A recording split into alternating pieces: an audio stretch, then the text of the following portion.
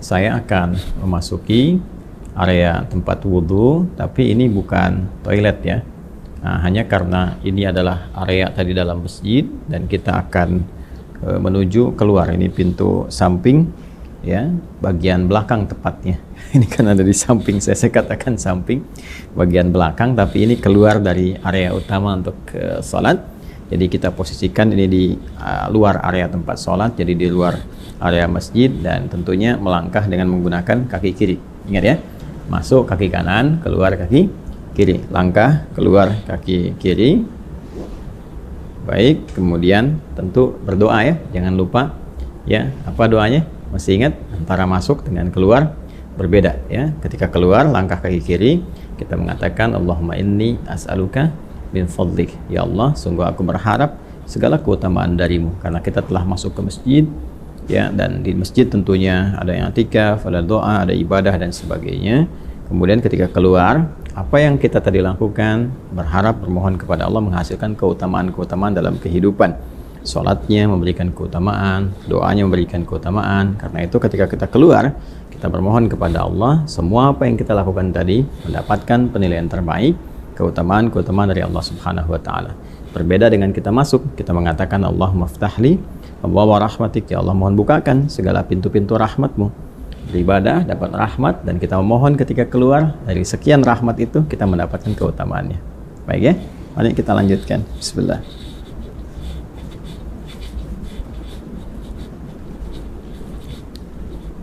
Baik, nah ini ada beberapa keran ya teman-teman sekalian, dan ini tentunya terpisah dengan toilet ya. Jadi ini memang khusus area untuk berwudu. Jadi kita akan coba praktekkan dengan pendekatan yang pertama, yaitu menggunakan keran. Nanti yang kedua kita juga akan mencoba menggunakan bejana, dalam hal ini menggunakan gayung, sehingga kita akan mengetahui bagaimana praktikal penggunaannya, sekaligus juga mempraktekkan apa yang telah kita bahas secara teoritis. Sebelumnya saya mohon izin, saya akan lepas dulu jas bagian luarnya, dan peci juga kan kita sesuaikan kacamata, sehingga nanti saat praktek apa adanya kita bisa lakukan dengan cara yang terbaik yang bisa kita sajikan. Baik ya, kita copot dulu beberapa perangkatnya. Bismillah. Baik teman-teman, kita akan mencoba melakukan praktek wudhu langsung. Saya sudah mengondisikan ini ya. Kemudian tangan juga sudah disiapkan, baju sudah dilipat, kacamata sudah dibuka, jam tangan sudah disimpan, dan sekarang kita akan coba praktekkan dengan menggunakan keran terlebih dahulu. Baik ya. Yang pertama tentunya kita mengonfirmasi keimanan terlebih dahulu, karena panggilan wudhu ingat dibuka dengan panggilan iman. Dan saya terangkan di pelajaran sebelumnya bahwa panggilan iman itu mengonfirmasi lurusnya niat kita, lurusnya tujuan ibadah kita yang dilakukan karena Allah Subhanahu wa Ta'ala. Karena itulah konfirmasinya bersumber dari hati kita, dalam jiwa kita. Kita niatkan ibadah kita ini, wudhu kita ini ditujukan ya untuk beribadah kepada Allah Subhanahu wa Ta'ala dengan bahasa hati kita. Boleh dengan menggunakan bahasa masing-masing, misalnya saya berniat wudhu untuk menghilangkan hadas karena Allah Subhanahu wa Ta'ala. Dan kalau ingin menggunakan bahasa Arab juga di hati kita, seperti orang Arab juga tentunya menggunakan bahasa Arab, kita menggunakan bahasa Indonesia. Boleh-boleh saja di hati kita, misalnya kita menyatakan bahwa nawaitul wudu'a li raf'il hadathi, misalnya al-asghari lillahi ta'ala, boleh ya. Kemudian lisan mengucapkan bismillahirrahmanirrahim. Jelas ya? Nah, kita ingin mengambil versi lengkapnya terlebih dahulu. Versi lengkap tentunya ini terkait dengan sunnahnya juga. Kan kalau yang pokok itu ada 4, seperti kita uraikan di pertemuan yang lalu. Kemudian versi lengkap ini kita bisa ambil versi yang dicontohkan langsung oleh sahabat Utsman bin Affan radhiyallahu taala anhu, yang mengambil pelajaran dari contoh wudhunya Nabi sallallahu alaihi wasallam. Nanti bisa dilihat di Sahih Al-Bukhari ya, di Sahih Al-Bukhari topik yang keempat, Kitabul Wudhu, subtopik yang ke-23. Baik, sekarang kita akan coba memulai praktek, dan tentunya tadi sudah kita sampaikan memulai dengan niat ya, kemudian mengucapkan bismillahirrahmanirrahim. Nah, ingat betul baik-baik bahwa Islam seperti diuraikan di pertemuan yang lalu sangat perhatian detil terhadap segala hal, terutama aspek-aspek yang melahirkan manfaat. Ini adalah air keran yang menampung aliran air yang masih bersifat murni, mutlak, tahur. Jadi ini sangat bermanfaat. Karena itu tidak diperkenankan untuk membuang-buang air, ya. Sekali lagi, tidak diperkenankan membuang-buang air pada keadaan yang tidak semestinya. Itu dalam Islam disebut dengan israf, mubazir, ya. Karena itu seperlunya kita keluarkan, kalau menggunakan keran ini seperlunya kita keluarkan, tampung dulu airnya, kan? Nah, yang pertama kita gunakan untuk menyela-nyela, kan? Bagian pertama kita gunakan untuk menyela-nyela seperti ini, keluar, tidak usah terlalu besar. Ya, nggak usah terlalu besar sehingga airnya juga tidak boros ya untuk keluar. Nah, ini kita menyela-nyela dulu, dimulai dari kanan. Ya, ingat ya, selalu dimulai dari yang kanan. Nanti di Al-Bukhari ini di subtopik yang ke-31. Jadi kalau kita baca topik yang keempat, kita berwudu, subtopik 31 itu ada namanya subtopik berjudul Babut Tayammun. Ya, memulai dengan bagian yang kanan. Selalu kanan didahulukan. Kanan dahulukan. Baik ya. Jadi kita mulai. Ini kita buka dulu secukupnya kerannya. Keluar air. Ulangi ya. Tadi sudah kita bismillahirrahmanirrahim, niatkan dalam hati. Kemudian kita menyelai-nyelai seperti ini. Ya, ini bagian pertama. Nah, lalu yang kiri juga dibersihkan dulu seperti ini. Ya. Sudah ya. Nah, ini sudah dibersihkan. Nah, ini sunnah ya, sudah sunnah yang pertama kita lakukan, karena yang pertama niatkan mengikat pada rukunnya, pokoknya. Jadi ada pokok yang terkait dengan konfirmasi keadaan hati kita, rukun yang pertama niat, kan? Nah, kemudian dikonfirmasi di lisan dengan bismillahirrahmanirrahim. Lalu setelah itu kita masuki sunnah-sunnah, memulai dengan sunnah berwudu. Tadi sudah menyela-nyela dulu, ini membersihkan bagian jemari-jemari dan telapak ya. Baik, sehingga keadaannya bersih sebelum membersihkan yang lain. Baik, selesai. Kemudian langsung untuk berkumur-kumur kita ambil. Nah, biasanya saya melakukan seperti ini. Kalau sudah ngambil seperti ini, ya. Nah, ini ghurfah namanya. Ghurfah itu dengan satu genggaman ya, cidukan seperti ini. Genggaman atau cidukan seperti ini. Nanti biasanya kalau saya suka melakukan untuk menghemat itu, begitu dibuka sudah cukup ini, ya. Lalu saya akan tutup terlebih dahulu, tutup. Nah, sehingga air tidak terus mengalir, ya. Jadi langsung kita kumur-kumur.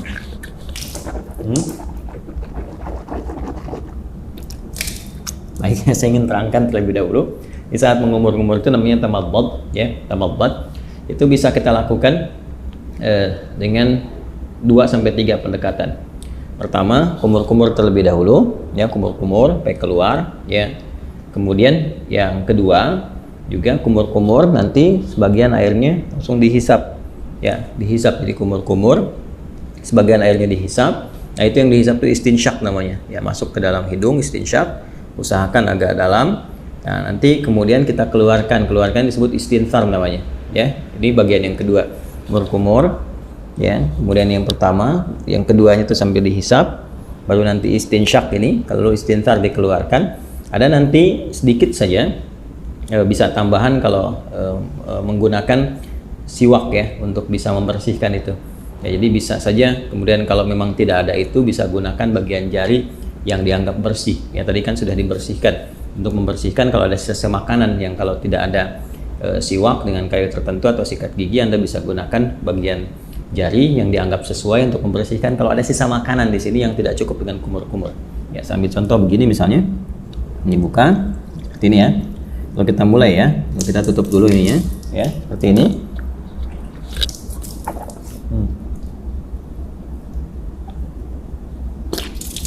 Gitu ya. Nah, ini untuk yang sikat giginya atau membersihkan bagian sisa makanan, sehingga kalau sudah makan ya tidak sempat juga sikat giginya, nanti kita bisa bersihkan dengan bagian jari yang sesuai. Ya, itu untuk kondisi-kondisi tertentu.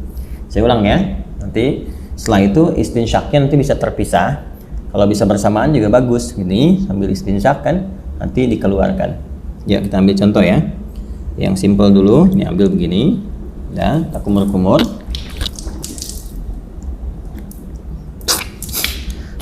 Oh ya. Nah, baik, kita contohkan ya. Sekali lagi ya. Jadi teman-teman sekalian bisa. Tadi kan sudah ya untuk kumur-kumur sambil dibersihkan bagian giginya. Nah, kemudian yang kedua kita ambil untuk maksimalkan istinsyak dengan istintarnya. Jadi kumur-kumur lagi sambil dihirup ya ke hidung. Ya, dari buang.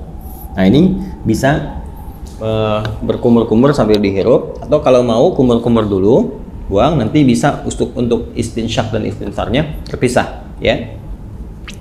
Ya, kita ambil misalnya contoh untuk yang kalau terpisah begini, kumur-kumur. Ya. Kalau mau dihirup ke hidungnya terpisah, kita ambil lagi, ya kan, seperti ini. Nah, itu ya. Nah, ini manfaatnya kalau dipisah ini kayak semacam ada pilek, ya. Pilek atau virus tertentu berkumpul. Nah, ini biasanya lebih spesifik untuk membersihkan wilayah hidung. Sehingga ketika ditekan itu istinsarnya ini bisa dipijit salah satunya bergantian untuk dikeluarkan. Ya, sehingga kotoran yang ada di hidung itu bisa keluar. Ya, kalau dalam kondisi normal biasa bisa langsung Anda hisap saja, dihirup ya, bukan dihirup ke hidung. Jadi sambil kumur-kumur dihirup ke hidung. Jadi bisa dikeluarkan secara bersamaan atau di hidung terlebih dahulu bisa. Karena tidak ada aturan spesifik mana yang didahulukan. Apakah di mulut dulu atau di hidung dulu. Jadi kalau Anda ingin keluarkan yang di hidung dulu boleh. Misal begini. Ya. Nah, kurang lebih demikian ya. Atau yang di mulut dulu baru di hidung, nggak ada masalah. Tergantung kondisional saja, karena sifatnya tamadmad dulu baru istinsyak, itu yang urutannya. Jadi kumur-kumur dulu baru dihirup. Adapun cara mengeluarkan tidak spesifik diatur ya, tapi kalau ingin berurutan boleh dari mulut keluar baru hidung. Terus kalau kondisi ingin membersihkan spesifik khusus boleh dipisahkan, kumur-kumur ya, kemudian dilepas, baru kemudian khusus untuk yang hidung untuk memudahkan yang di dalam itu keluar. Hikmahnya kan mengeluarkan yang kotor. Jelas ya? Baik, bisa dipahami ya teman-teman sekalian. Nah, jadi itu untuk yang pertama, kumur-kumur. Sekali lagi, buka kerannya.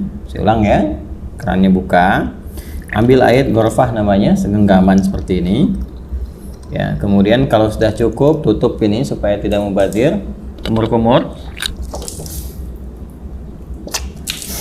itu ya, jelas ya. Nah, baru kemudian dicuci kembali, disiapkan. Nah, ini kalau sekali cukup sudah, kalau diperlukan 2 kali, 2 kali, 3 kali, 3 kali ya. Dan ini tadi penggunaan jemari sekali lagi ya, untuk menegaskan atau menghilangkan bagian bekas-bekas kalau ada makanan dan sebagainya yang kalau sekiranya tidak memungkinkan untuk gosok gigi atau membersihkan. Jelas ya? Baik, lanjut. Dari sini saya tes air dulu. Kemudian kita buka kembali. Nah, sekarang masuk ke bagian yang pokok. Ya, buka lagi, masuk begini, bagian yang pokok, tutup, baru ke wajah. Nah, ini yang ingin saya contohkan, bagian pokok yang paling utama itu.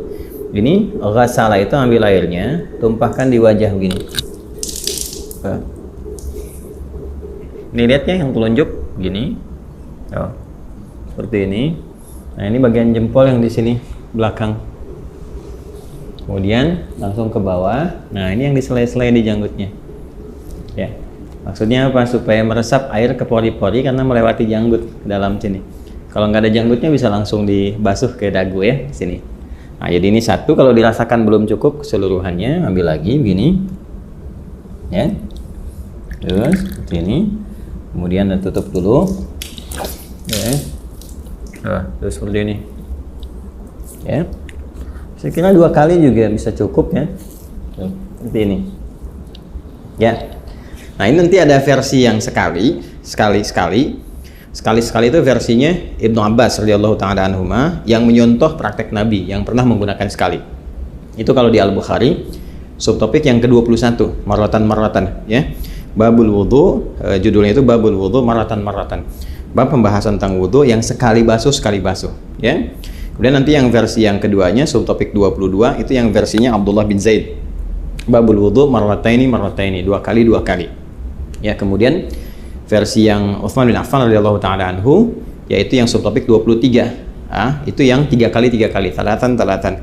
Nah, versi yang dimaksudkan itu adalah pengalaman sahabat-sahabat mulia ini melihat wudunya Nabi untuk memanfaatkan air dan juga terkait dengan luasan cakupan ya, apakah tercakup nggak dengan air itu kepada bagian-bagian yang harus dibasuh atau diusap dalam wudu itu. Prinsipnya demikian. Jadi boleh sekali-sekali, 2 kali atau 3 kali, dan mendahulukan yang kanan. Ingat ya, mendahulukan yang kanan. Ada namanya subab yang pernah juga saya utarakan, yang nomor 31 subtopiknya babut tayammun. Ya, tentang tayammun ketika Nabi mengajarkan Ummu Atiyah radhiyallahu taala anha bagaimana mendahulukan yang kanan. Jadi kanan dulu baru kemudian kiri. Nah, ini tentang kanan dulu kemudian yang kiri juga akan masuk setelah ini. Ya, setelah kemudian wajah selesai, baru tangan sampai siku. Ini kita ambil lagi. Ya, wajah selesai, tangan sampai siku, kumpulkan seperti ini airnya. Nah, teman-teman sekalian, ini ya. Kemudian tumpahkan di tangan ini, ya, sampai siku ke sini. Nah, lalu ke sini depan. Nah, terus sampai ke sini, ya. Nah, ratakan seperti ini. Jelas ya? Nah, kalau dirasakan belum cukup, rata, buka lagi airnya, ya. Nah, dianggap cukup, ditumpahkan, tutup dulu seperti ini. Nah, nanti bisa dari depan begini, ya. Kemudian ke belakang bisa seperti ini. Yang fleksibel saja. Penting airnya ditumpahkan, bisa ke sini dulu, bisa ke sini dulu. Ya, tadi kan saya mulai dari belakang seperti ini ke depan. Kemudian yang kedua saya mulai dari depan untuk meratakan, ya, seperti ini. Jelas ya? Nah, kemudian setelah itu ke yang kiri, itu ini buka lagi. Nah, tutup seperti ini, ya. Ini boleh fleksibel. Dari mana mulainya? Yang penting dari depan sini ke bagian siku. Ya, nah kurang lebih seperti ini. Ya, kalau mau kita samakan, kalau kanan 2 kali, kiri 2 kali juga ya, untuk bisa menyeimbangkan, menyamakan seperti ini. Tumpahkan, ya, pas ya. Baik. Nah, ini suasana malam kita prakteknya, jadi diiringi dengan sekuteng lewat. Ya, teman-teman. Saya, nah selesai. Kemudian mengusap kepala, bukan rambut, ya. Karena kepala, ingat bagian mengusap itu ambil. Nah, ini kan dipercikan nih, ya. Dipercikan seperti ini, tuh ya. Nah, jadi kita pun nggak harus terlalu banyak ngambilnya. Saya ambil secukupnya, percikan, dan nah ini untuk kepala. Kalau dirasakan nggak ada masalah, dari depan ke belakang seperti ini. Ya, kita boleh balikan lagi begini, atau cukup ke belakang juga begini, nggak ada masalah. Ya. Lalu versi pertama langsung ke telinga begini. Ya, langsung ke telinga. Ingat yang telunjuk ini bagian dalam begini, yang jempol ini bagian belakang di sini. Ya, seperti ini. Bisa seperti itu, atau kita dahulukan dulu kepala misalnya. Ya. Nah, kemudian nggak terlalu banyak ya, cipratkan begini. Nah, usapkan misalnya begini. Nah, ya, setelah kita rasakan cukup untuk bagian kepala, boleh ditarik lagi ke depan, boleh, atau boleh cukup begini saja, sah. Ya, atau kalau ada kesulitan tertentu bagian kepala, dahulukan bekat ubun-ubun, atau nanti kalau ini bermasalah sakit bisa sisi-sisi yang lain termasuk kepala. Setelah itu ambil air lagi, ya kan, baru kemudian membasuh telinga seperti yang tadi dicontohkan. Bagian depannya menggunakan telunjuk di sini, belakangnya menggunakan jempol. Jelas ya? Baik, berpindah ke kaki. Nah, ini penting juga karena nanti ada hadis spesifik ya terkait dengan bagian kaki ini, khususnya kotoran-kotoran yang melekat di kuku, ya, kuku bagian jempol ini, ya, di sebelah sini ujung-ujung ini. Jadi perhatian, ingat kaki sampai kedua mata kaki sampai di sini. Ya, jadi kita bisa ambil lagi airnya seperti ini, ya. Kemudian cukup gini. Nah, biasanya saya bagi 3 bagian. Yang pertama saya tumpahkan, basuh ini dulu. Nah, setelah ini, nah kemudian bagian depan kita bersihkan dulu begini. Ini ya. Nah, udah seperti ini ke belakang, dan tentunya bagian belakang tidak mendapatkan porsi air yang cukup ya, walaupun mendapatkan bagian tertentu untuk mengusap, tapi ini lebih bersih untuk bagian depan pertama. Jadi yang kedua, nah ini kita bisa sempurnakan bagian belakangnya seperti ini. Nah, ini ya, majukan lagi ke depan ini. Nah, 2 pun sudah cukup sebetulnya ya. Kalau dirasakan kurang bisa dengan 3. Selanjutnya yang kiri, seperti halnya yang kanan tadi. Ambil ini ya. Nah, ini seperti ini. Saya suka menggunakan kelingking karena lebih fleksibel untuk menyela-nyelanya. Ini dibersihkan di sini ya, ini lalu ke belakang. Nah, kemudian disempurnakan, ambil lagi, kita tumpahkan seperti ini ya. Dah selesai. Nah, ini selesai ya. Setelah selesai, udah, kita diusahakan menghadap ke arah kiblat, kita berdiri sini. Ya, lalu kita berdoa. Doa yang sudah pernah diajarkan juga ya, syahadatain dulu. Asyhadu an la ilaha illallah, asyhadu anna Muhammadar Rasulullah, ya kan? Allahumma ja'alni minat tawwabin wa ja'alni minal mutatahhirin. Ya, kalau kita ingin supportkan doanya supaya dengan kita taubat, kemudian juga kita bersuci, ya Allah jadikan aku termasuk orang tobat. Berarti ini tadi kita sambil evaluasi. Makanya ada ulama juga yang menyarankan sambil saat dibasuh ini, dan nadhafah ini kan nadhafah nih luarnya, nadhafah. Ya, tapi juga harus ada al-husnu wadhiya. Sifat husnu wadhiya itu yang dimaksud dengan taharahnya. Bersih luarnya, suci dalamnya. Ini yang disyarat Nabi di hadis Muslim. Begitu jatuh air wudhu itu, jatuh pula dosa-dosa yang melekat kepada fungsi-fungsi organ tubuh yang digunakan itu. Jatuh. Nah, jatuhnya ini dengan taubat. Jadi kita merasakan ini ada yang salah nih sebelum wudhu nih ya, supaya hilang kesalahan itu. Makanya ada ulama yang mengajarkan evaluasi saat dibasuh itu. Merasakan dalam diri, minta sama Allah supaya digugurkan dosa yang ada di wajah, gugurkan dosa yang ada di tangan, macam-macam. Dalam hati kita bisa meminta dengan bahasa kita. Ya Allah, gitu kan, mohon hilangkan kesalahan-kesalahan yang melekat atau kebiasaan buruk pada tangan, pada wajah sebelumnya ya. Dan sampai dengan ke ujung kaki itu dalam hati kita bisa meminta, tidak ada masalah di situ karena ada unsur taubat di dalamnya. Jadi begitu selesai kita berdoa, kita mohon kepada Allah digolongkan pada orang-orang yang taubat, kemudian juga yang terbiasa bersuci. Mutatahhir itu biasa bersuci, jadi begitu wudunya misalnya batal, suci lagi sehingga terjaga dalam kebaikan, karena prinsip wudu itu kan menjaga diri dalam kebaikan. Oke? Baik, selesai ini dengan menggunakan versi kran ya. Gunakan versi kran. Nah, sekarang kita akan mencoba menggunakan versi bejana. Nah, di sini ada gayung ya. Kita akan coba gunakan gayung ini. Sebetulnya kalau kita bersandar pada tadi ya, jumlah volume air yang kita gunakan saat menggunakan kran itu kan sebetulnya nggak banyak. Ya, kalau ada di minuman kemasan dengan bentuk kayak gelas itu sekitar 250 mili ya. Itu kan kurang lebih segitulah, ya nggak terlalu banyak yang kita gunakan seperti tadi disampaikan. Jadi kalau kita tampung dengan gayung pun kurang lebih, bismillah ya, ini base cukupnya. Udah harus penuh juga, mungkin kita ambil setengahnya segini cukup ya, setengahnya begini cukup ya, tergantung keadaan kitanya. Nah ini kalau pakai gayung, kalau di atas nanti jatuhnya terlalu tinggi, jadi saya turunkan ke bawah untuk menyontohkan, misalnya di sini ya, paling gampang ya seperti ini.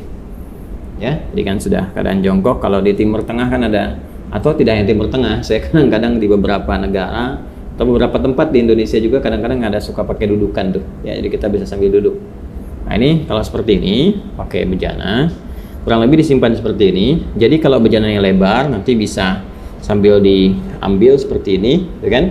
Nah, tapi dengan catatan juga nanti tidak ada sisa-sisa air yang terlalu banyak yang melekat di lengan ya, khususnya di telapak ini, sehingga mencampur kepada yang sudah ada. Jadi amannya kalau mau aman, apalagi dengan kondisi seperti ini, kita tuangkan seperti ini ya, jelas ya. Ini bagian pertama. Nah, terus kemudian seperti ini. Nah ini lebih hemat nih digunakannya. Itu satu ya, ini selesai. Nah, kita ambil versi yang sekali ya kan. Nah, kemudian dari sini ambil lagi kan. Nah ini ya. Nah ini kumur. Ya, kalau dirasakan belum cukup, ada yang sekali, dua kali, seperti tadi saya contohkan, nggak ada bedanya dengan yang pertama. Kemudian ngambil lagi gini, ya. Nah ini sama persis teman-teman sekalian, nggak ada bedanya dengan yang pertama tadi. Kita wajah, ini, ya, begini, tuh, ya, seperti tadi ya, diulang. Kemudian selanjutnya untuk tangan seperti ini. Ya, baik dari depan, dari belakang, yang penting dimulai dari sini ya sampai ke siku. Nah yang kanan sudah, kita gunakan bagian yang kirinya ya, sama saja seperti yang saya contohkan tadi. Kita ambil dulu ya. Nah ini ambil, kemudian paskan dulu gayungnya, karena ini kan nggak rata di sininya ya teman-teman. Kalau kita mau pindahkan sini juga boleh sebetulnya, nggak ada masalah ya. Nah kemudian jatuhkan di sini. Nah seperti ini ya. Baik, ayo cari pijakan biar aman, biar nggak tumpah atau seperti kayak gini kan agak susah jaga keseimbangannya. Nah kemudian seperti ini ya, dicipratkan sedikit, kemudian kepala balikan kembali atau tidak sama sekali ke sini, nggak ada masalah, ke telinga seperti ini. Nah ya, kurang lebih seperti itu. Kalau ini ada sedikit di bawah kita, maka kita harus agak naik untuk membasuh kaki ya, seperti ini. Nah, kita naikkan begini ya, seperti yang tadi pertama. Ini baik, kemudian diambil lagi ya seperti ini ke belakang untuk meratakan. Dia 2 kali ya teman-teman sekalian ya. Ya, kemudian pakai yang kirinya seperti ini, seperti yang dicontohkan di awal tadi. Setelah itu kita ambil lagi sekali lagi. Nah, jadi seperti ini kan.